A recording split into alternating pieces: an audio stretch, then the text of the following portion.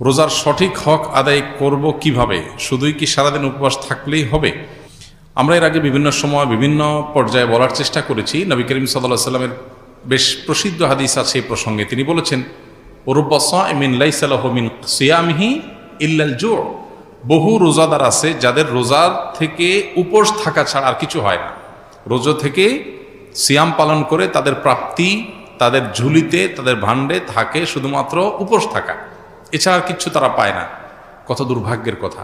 কষ্ট করে রোজা রাখলাম, কিন্তু উপোস থাকাই হলো, আল্লাহর কাছে কোনো কিছু গেল না। এটা সবচাইতে হতভাগা মানুষদের কথা। তো এই জন্য রোজা যেন অর্থবহ হয়, সেটা যেন শুধু উপোস থাকা না হয়। সিয়াম যেন আল্লাহর কাছে আমাকে প্রিয় পাত্র করে দেয়, সিয়াম যেন আমাকে জান্নাতের উপযুক্ত করে দেয়, রাইয়ান দিয়ে জান্নাতে প্রবেশ করার উপযুক্ত করে। সেজন্য সিয়াম রেখে আমাদেরকে তাকওয়া চর্চা করতে হবে। নবী করিম সাল্লাল্লাহু আলাইহি ওয়াসাল্লামের আরেকটা হাদিস আছে, তিনি বলেছেন, মাল্লাম ইয়াদা কাওলা যুরি ওয়াল আমাল বিহি ওয়াল জাহাল ফালাইসা লিল্লাহি হাজাহ আন ইয়াদা তাআমাহু ওয়া শারাবাহু।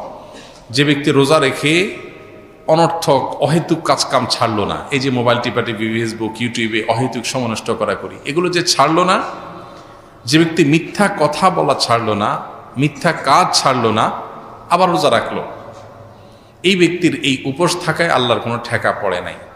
এই জন্য রোজা রেখে কোনো প্রকার গুনাহ না করা, বিশেষ করে চোখের গুনাহ, মুখের গুনাহ এবং সময় নষ্ট না করা, মিথ্যা প্রতারণা, এসব কিছু না করা, এটা হলো রোজার অন্তর্নিহিত শক্তি। রোজার স্ট্রাকচারটা তো দাঁড়ায় যাবে, আমরা সাহারি খেলাম, সারাদিন কিছু না খেলাম, ইফতারিতে খেলাম, বাস পানাহার বর্জন করলাম, আমার রোজা দাঁড়ায় গেল। কিন্তু এই রোজা, এটার যে প্রাণ, সেটা আসার জন্য এই রোজা রেখে কোনো প্রকার সিয়াম পালন করে কোনো প্রকার গুনাহ থেকে আমাকে বেঁচে থাকার চেষ্টা করতে হবে, তাহলে সেটা অর্থবহ হবে। আল্লাহ আমাদের সবাইকে সেই তৌফিক দান করুন। এই চ্যালেঞ্জটাতে আল্লাহ তাআলা আমাদের সবাইকে বিজয়ী হওয়ার তৌফিক দান করুন।